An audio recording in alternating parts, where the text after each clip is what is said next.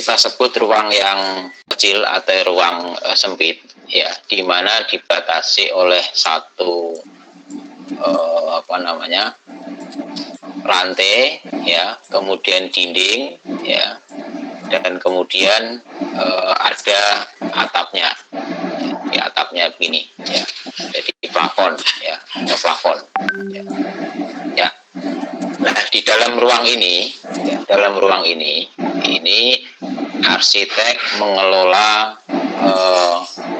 orang beraktivitas, ya, orang beraktivitas, ya. Kemudian di sana membutuhkan furniture, ya. Ya. Akhirnya setelah dihitung aktivitas dan kebutuhan furniture ini, maka arsitek mengeluarkan volume, ya, atau volume itu artinya luasan ruang, ya, itu ketemu panjang, ya, kali lebar. Oke, ya, ini kegiatan saya gambarkan skop kecil, ya. Arsitek mengelola ruang dengan luasan panjang kali lebar, ya. Nah, kenapa ahli ME, ya, ME itu ahli utilitas, ya, mechanical electrical equipment, ya, MEEP, ya, mechanical yang mesin-mesin, electrical yang listrik dan equipment, ya, dan P plumbing, ya, plumbing itu perpipaan, equipment itu segala sesuatu yang berkaitan dengan kesempurnaan bangunan, ya. Jadi biasanya dengan menyebut ME saja, mechanical electrical, tapi nanti dari banyak buku itu kalau sudah menyangkut utilitas, ya, itu biasanya disebut dengan MEEP, mechanical electrical equipment plumbing. Oke. Kemudian yang lainnya ada struktur, ya, atau structure, ya, structure, ya, atau struktur, ya. Kenapa struktur dan MEP ini perlu, ya, kita pelajari, ya, dalam satu ruang? Karena begini, ya, kalau bangunan ini ingin berdiri dengan baik, ya, maka, ya, misalnya di atap ini, maka di satu perkuatan ada yang disebut misalnya dengan kolom, ya. Di sini ada semacam juga kolom, ya. Di sini juga ada kolom, ya, ada kolom. Di sini juga ada kolom, ya. Kemudian ada atap di sini, ya, misalnya yang nanti akan menangui dari ruang ini, ya. Jadi ada struktur di sini, ya. Nah, ya, kenapa struktur ini, ya, dipelajari struktur ini? Karena struktur ini ternyata di ruang tadi panjang kali lebar, ya, dia akan membutuhkan ruang, ya, akan memakan ruang kita, ya, akan memakan ruang kita walaupun sedikit, ya. Itu kalau ruangnya kecil. Nanti misalnya bagian ini, ya, bagian ini ternyata ada ruang lagi di bawahnya, misalnya begini, ya, sehingga ada struktur yang harus memperkuat di bagian bawahnya, ya, atau bagian atasnya kalau menurut ke atas, ya. Ini misalnya bangunan ini 2 lantai, sehingga di sini ini akan membutuhkan ruang, ya, berapapun, ya. Semakin besar ruangan, kolom ini bisa ukurannya 1 meter kali 1 meter, ya, sehingga besarnya 1 meter 1 meter ini akan mengganggu, kalau boleh dikatakan mengganggu, keluasan ruang yang kita desain, ya, yang tadinya segini, ya, anggapan kita begini, ruangan itu tanpa ada gangguan tonjolan, ternyata ada kolom di sini, ya, misalnya kolomnya itu 1 meter kali 1 meter, ya, seperti ini, sebesar ini misalnya. Nah, ruangan kita menjadi berlekuk di sini di ujungnya. Nah ini ya, jadi sesungguhnya pembelajaran kita nanti struktur masuk dalam desain arsitektur itu karena memang dia membutuhkan ruang. Ya. Kalau arsitek itu kan hanya mengolah orang tadi, ya orang tadi, ada meja, furniture dan sebagainya, sehingga membutuhkan ruang sekian kali sekian. Ya. Tapi ternyata, nah ini yang disebut dengan kinerja arsitek. Ya, kerja arsitek itu. Ya. Ternyata kerja sipil tadi, ya struktur tadi juga membutuhkan ruang. Ya. Ya, ini akhirnya jangan dikira kolom-kolom ini nggak mengganggu ruangan, ya bisa jadi yang tadinya Anda mendesain ruang misalnya meja saya mau kasih di pojok sini, ternyata di situ ada kolom sebesar 1 meter, nah, sehingga meja Anda tidak bisa sesuai dengan apa yang Anda inginkan. Ya.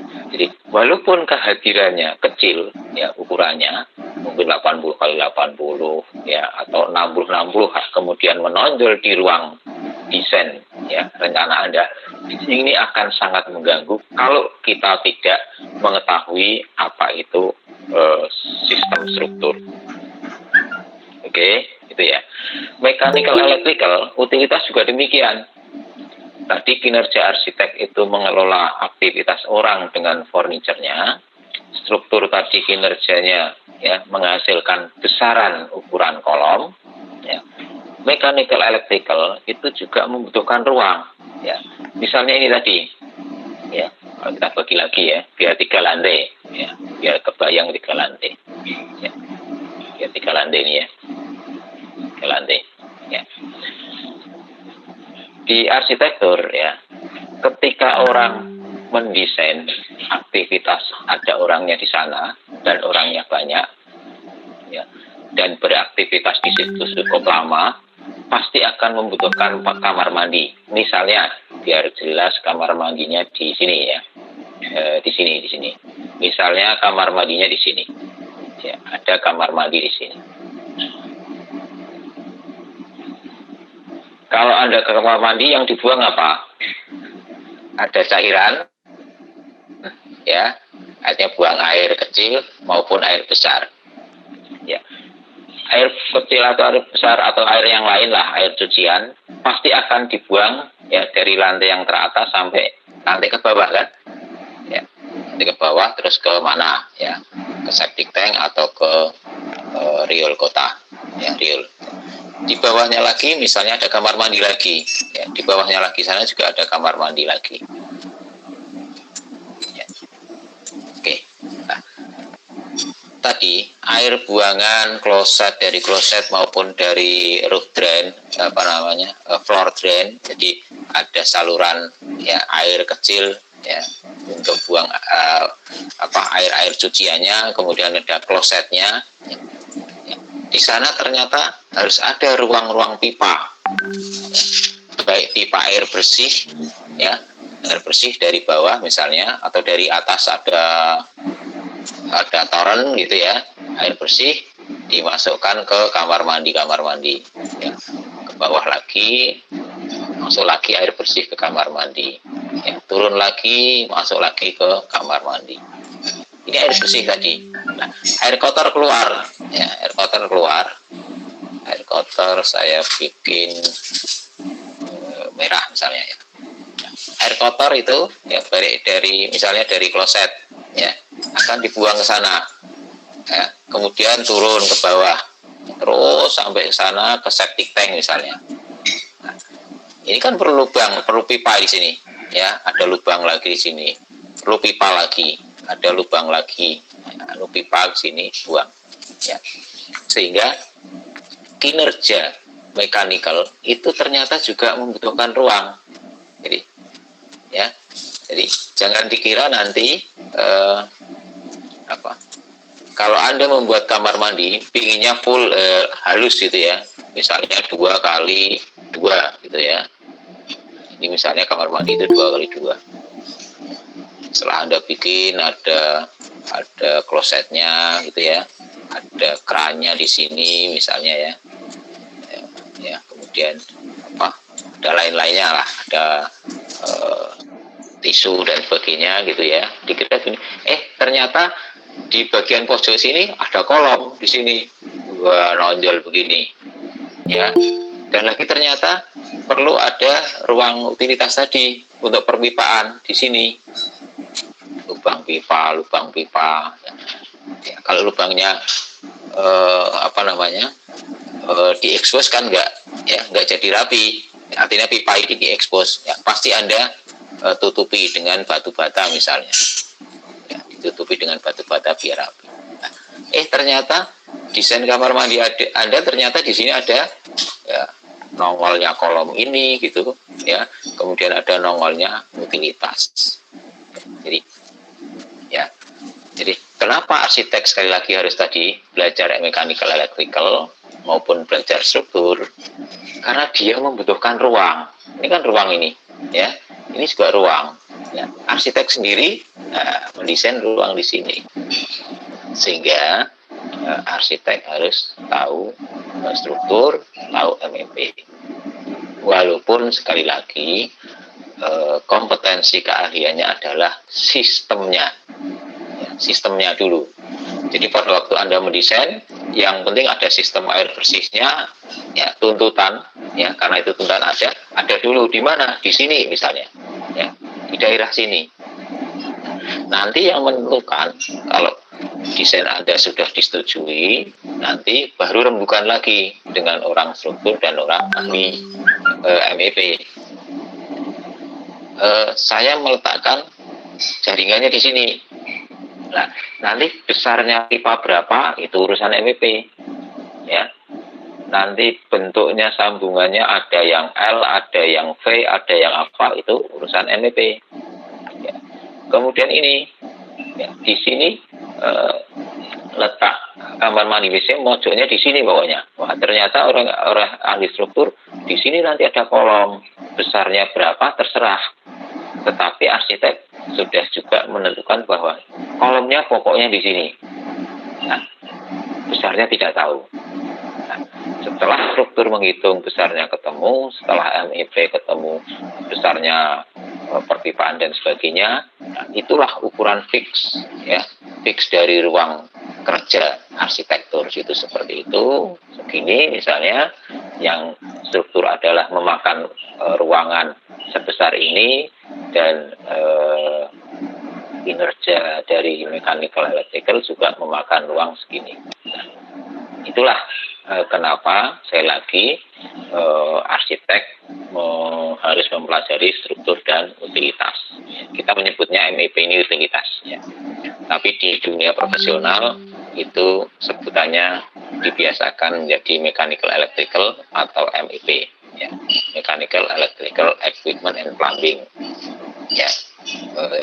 Jarang sekali di dunia profesional menyebut utilitas ya. Utilitas di MEP dan struktur. Oke, itu ya. Paham ini dari sini? Halo. Paham, Pak. Paham. Paham ya? Oke. Lanjut, Pak. Nah, turun. Oke. Insya Allah. Ya. Oke. Nah, kita masih kosong lagi ya? Masih kosong lagi tadi? Masih ya? Masih, Pak. Masih. Oke, lanjut kosong ya ini ya. Oke. Di part kedua ini, nah, saya hanya menjelaskan kompetensi untuk arsitektur perihal struktur. Jadi sekali lagi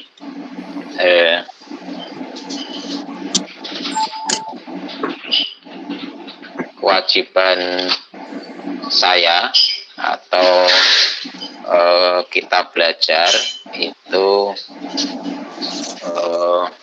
pada kompetensinya adalah ya, ini lulus pakai jadi nggak bagus ya, kompetensi ya, adalah ahli dalam bidangnya sistem ya.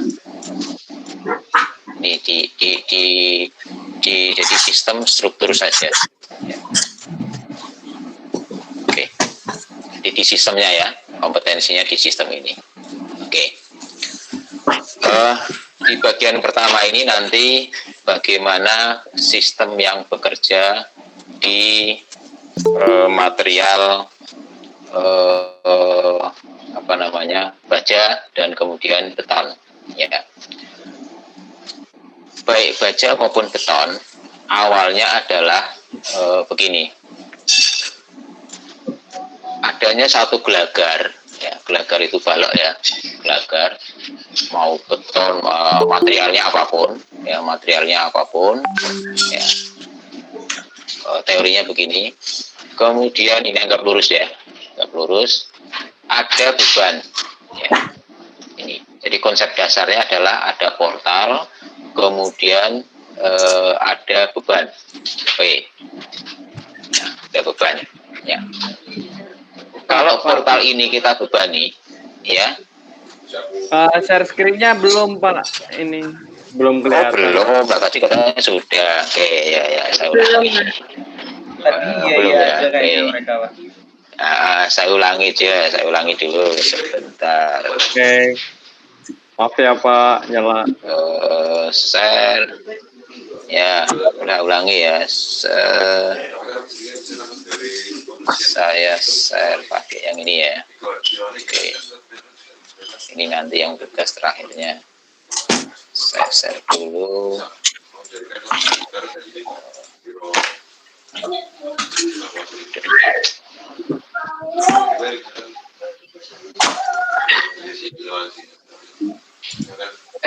Saya kok hilang lagi. Bentar.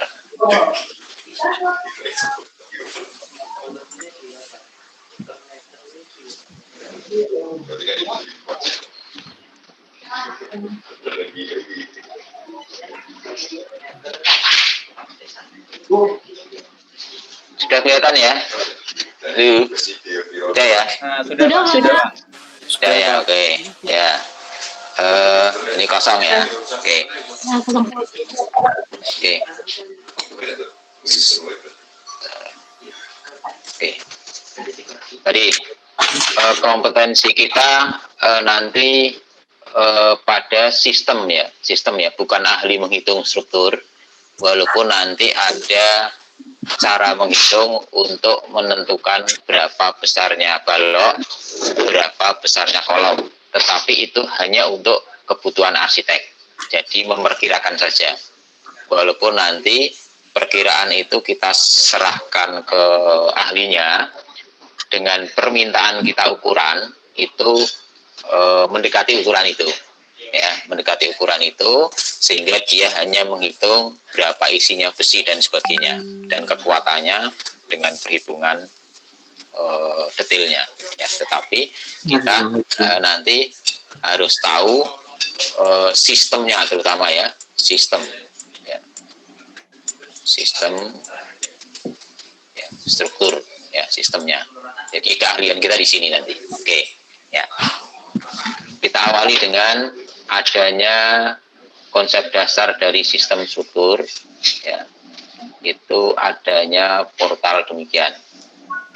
Jelas ya catatan saya ya? Oke. Jelas ya ini ya? Oke. Ada satu portal, materialnya apapun materialnya, mau bentuk plastik, mau kayu, mau beton, mau besi dan sebagainya. Apapun bentuk gelagar ini, apabila ditekan ya, atau mendapat beban P, ya, pasti beban pasti apa namanya? Aduh, saya sebentar warna lain aja. Pasti nanti material itu akan bentuknya demikian, ya. Logikanya begini ya, karena beban dia akan melentur, ya, jadi akan berbentuk kurang lebih demikian. Saya besarkan lagi bentuknya itu, dia akan demikian. Nah, ternyata material apapun, ya, ini material apapun ini, mau plastik, mau kaca, mau beton, mau besi dan sebagainya.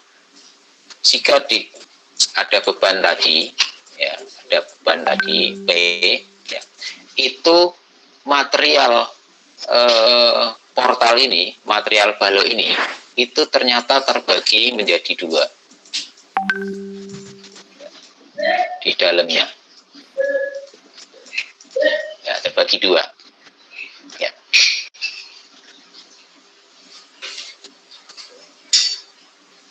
Di bagian atas ini, ya, ya, itu akan mengalami kira-kira ya, kalau ditekan begini, ini separuh yang di atas, itu dia tertekan, ya, tertekan begini atau malah tertarik. Jadi urat-urat atau isi ini dia tertekan ke bawah atau ketarik. Sebaliknya yang di bawah ini dia, ya, tertekan begini, ya, materialnya atau ketarik. Ya, yang atas dulu. Kira-kira, ya, dia ketekan begini, ya, ya, atau ketarik ke atas. Yang bagian atas. Yang atas tertekan. Tertekan, Pak. Tertekan, yang bawah ketarik. Oke. Atas tertekan, yang bawah Gitu ya. ketarik. Oke. Berarti ini ketarik. Gini ya. Ini Iya. ketekan. Gitu? Oke, ya. Oke. Benar ya? Ini tertekan, yang ini ketarik. Ya, ini yang bagian ini ketarik ke sana, yang bawah, yang atas itu ketekan. Oke. Betul, ya. Jadi, ya, oke. Ini kalau kita misalnya potong, ya, kita potong material ini, ya, nanti akan terbentuk begini. Ya. Ini P ini kita anggap lurus, tegak lurus gitu, ya, anggap tegak lurus. Jadi tidak ada gaya miring dan sebagainya. Jadi P ini seolah tegak lurus tadi P-nya ini. Ya. Ya. Ternyata material-material di sini, ya, material-material balok ini, material apapun tadi, mau kayu, mau dan sebagainya, mau kayu, mau plastik, mau aluminium, besi dan lain sebagainya. Ini syaratnya lurus ya, tidak bengkok begini dan sebagainya, lurus. Ternyata material yang bekerja itu hanya jadi ini ya, sebagian saja ke atas dan bawah. Jadi ini terbagi menjadi dua, nanti terbagi menjadi dua. Ya. Tadi yang bagian atas itu, ya, tertekan loh, ya, tertekan itu begini.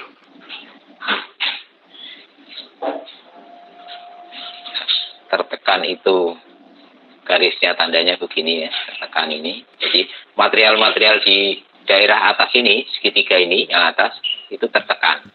Ya, tertekan biasanya tandanya plus. Ya. Yang bawah, ya. Yang bawah itu ternyata ketarik tadi. Ya, tarik. Ya, biasanya tandanya minus. Nah, terus yang ini bagaimana, Pak? Ternyata kalau ini betul-betul lurus, ya, ini tuh hampir-hampir tidak berfungsi. Bagian material ini hampir-hampir tidak berfungsi. Ya, jadi betul-betul nol. Artinya di bagian tengah ini betul-betul limit nol. Limit nol. Kalau memang ini lurus betul. Ya, kalau ini miring sedikit, pas ini patah kan ya. Pas ini patah. Sehingga nanti ada caranya bagaimana tidak patah. Ya. Sehingga Anda akan melihat kenapa rel ya rel kereta api bentuknya begini gitu, karena memang bagian-bagian ini tadi itu nggak berfungsi. Jadi kan sayang apa material ini, rel kereta api dibikin kotak itu sayang sekali. Ada material seluas ini atau sevolume seberat ini yang sebenarnya nggak bekerja, ya, sehingga dikurangi. Ya, sehingga Anda mendapat atau melihat, ya nggak tahu, kalau yang sering mancing di bawah kali gitu ya, Anda akan melihat struktur apa namanya, gelagar jembatan gitu ya. Kalau sering ke bawah sungai itu, Anda akan mendapatkan bentuk beton yang semacam ini. Karena apa? Memang ini bagian ini itu nggak berfungsi ini, ya. Sehingga bentuknya menjadi seperti ini. Ya, jadi pahami ini, ya, saya. Bisa, Pak. Oke. Bisa. Bisa, Pak. Insya Saya. Allah. Oke. Ya. Nah, jajal. Nah, kita sekarang membuat contoh. Ya, membuat contoh. Material ini materialnya dari beton. Ya, materialnya beton. Jadi, materialnya beton. Ya, materialnya beton ini. Ya.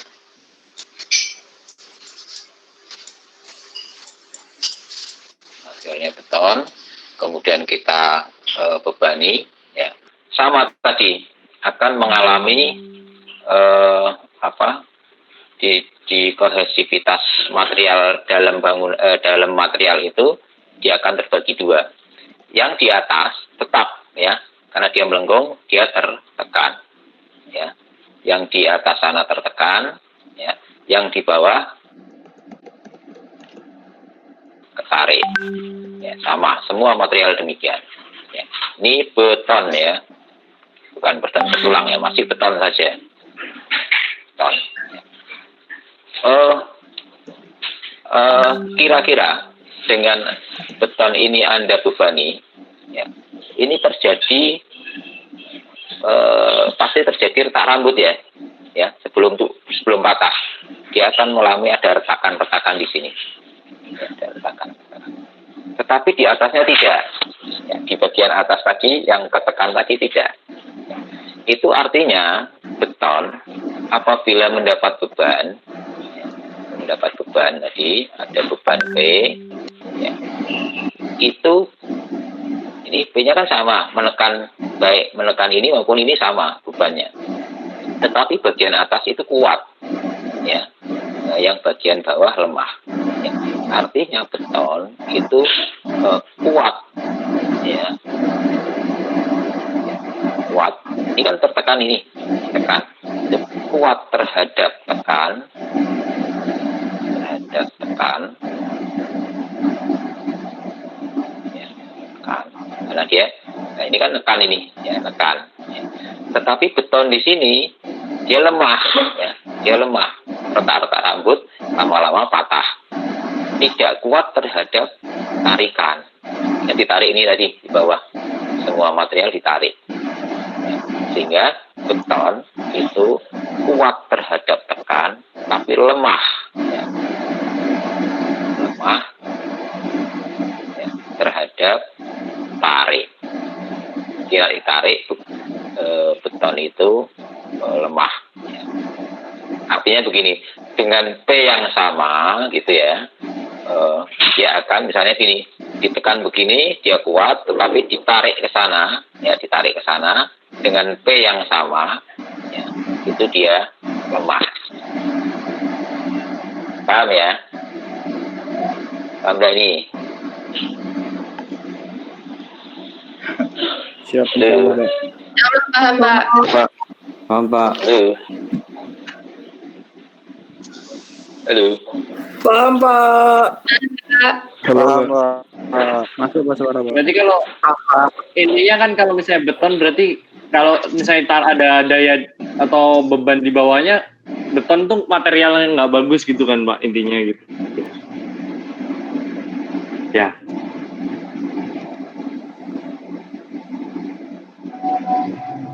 Ya.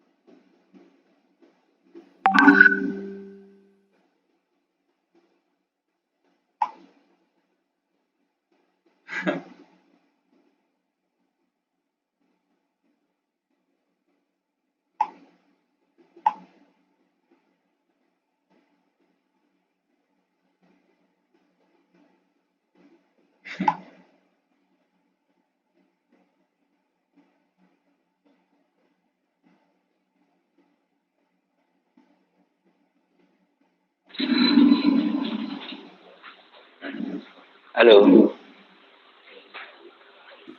Halo, Pak. Putus lagi ya. Halo. Halo guys. Ternyata terputus ya. Iya Pak. Iya Pak. Iya Pak. Iya Pak. Iya Pak. Tadi sampai mana ini? Sampai beton, Pak. Sampai beton, Pak. Material beton. Ada yang tanya. Ada yang tanya, Pak, tadi.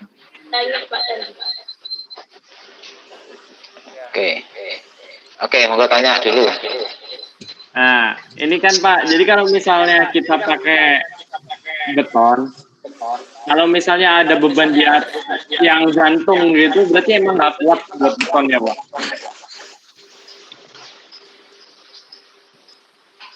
Bentar. Ini ya, kelihatan ya? Udah share belum? Sudah, Pak. Udah ya, kelihatan ya? Sebentar, saya memahami pertanyaannya. Jadi misalnya tadi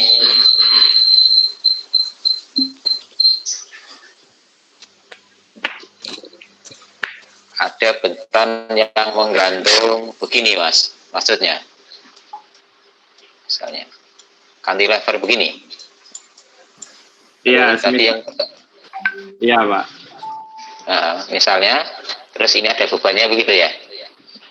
Banyak gantung, Pak. Dari bawah. Betonnya gantung gitu kan. Iya. Betonnya gantung begini gitu. Iya. Betul. Betul. Oke, betul ya. Jadi ini sebenarnya sama tadi ya. Jadi ini seolah-olah tadi tumbuhannya di sini nih ya. Kalau ini tumbuhannya sama ya, ini betonnya gantung ya. Ya, jadi sama sebenarnya. Ini dibebani, nanti dia posisi apa namanya, posisi ke sini ya. Nah, posisi apa namanya, momennya itu begini ya, momennya begini ya. Artinya kalau yang besar tadi itu sama juga di dalamnya terbagi dua, Mas. Bagi dua. Ini yang bagian atas itu dia ya ketekan ya, ketekan, jadi ketekan begini ya, ketekan. Yang di bawah itu ketarik. Sehingga tadi adanya beban P itu ini masih utuh, yang bagian atas itu masih utuh ya, dalam kondisi beban yang sama ya, belum runtuh ya, dan beban tertentu ya. Beban P1 mungkin masih kuat, P2 kuat. Semakin P berat ini semakin retak rambut ini. Rambut. Ya. Itu artinya ini lemah ini. Ya, ini lemah terhadap tarik. Ya, ini masih kuat ini dibanding tekan P ini gitu ya, masih utuh. Tetapi di bagian ini masih sudah mulai. Ya. Jadi kembali ke atas tadi, ya, kembali ke atas ini. Ini tadi baru sampai sini ya. Terputus itu. Ya. Sampai sini ya. Ya, Ini saya ulangi. Jadi dari P ini ya adanya beban begini. Bagian atas sekali lagi tertekan, di bagian bawah itu tertarik. Ya. Kalau kita potong balok ini, jadi ada penampang semacam ini. Ya. Tadi bagian atas, ini bagian atas itu tertekan, ya. Di bagian bawah ini saya tandai minus, itu tertarik. Ya. Ternyata material apapun itu semua akibat adanya beban itu yang bekerja adalah hanya bagian ini yang saya tandai hijau dan kuning ini, dua ini. Terus bagian ini kemana gitu ya? Bagian ini ternyata tidak bekerja dengan syarat ini ya, dengan syarat P-nya itu lurus sekali, ya, lurus sekali, tanpa belok begini misalnya, ya, lurus sekali, sehingga memang terjadi di tengah ini nol. Jadi sebagian, ya, bagian atas tadi itu tertekan, ya, sebagian bawahnya itu tertarik, dan sebagian kanan kirinya itu tidak bekerja, nol. Ya. Sehingga Anda akan melihat di keseharian, ya, itu rel kereta api bentuknya begini, betul nggak ini? Iya Pak, benar. Ya, rel kereta api begini. Kemudian ada yang suka mancing di sungai di bawah jembatan enggak? Ya, Anda akan melihat gelagar jembatan, ya, baik baja maupun beton itu ya bentuknya begini. Karena memang volume bagian ini tidak bekerja, ya, ya, sehingga memang ya terjadi di keseharian begini. Rel kereta api misalnya, ya efektif sekali, ya, karena nggak bekerja diambil dia, ya, ini kan lumayan ini berapa kilo aja ini segini, gitu ya. Oke, ya, nah sekarang kita mempekerjakan tadi kan semua material ini terjadi seperti ini, ya, itu kita sekarang dengan beton ini, ya, dengan material beton, ya, ini gelagarnya, ini gelagar beton. Tadi kalau kita kasih beban, gitu ya, bagian atas itu ketekan, gitu ya, bagian bawah itu ketarik. Semua material, termasuk beton ini, ya, termasuk beton ini. Ya. Nah, beton waktu kita tekan, ya, dengan kekuatan tertentu, mungkin masih utuh semua, ya, terus ditekan, itu lama-lama yang atas ini utuh, ya, yang atas ini masih utuh. Ternyata di bawahnya sudah mulai retak-retak rambut, ya, retak rambut, lama-lama terus patah. Ya. Artinya, ya, antara bidang atas, ya, itu nanti beton mendapat tekanan itu akan kuat terhadap tekan, ya, lebih kuat terhadap tekan.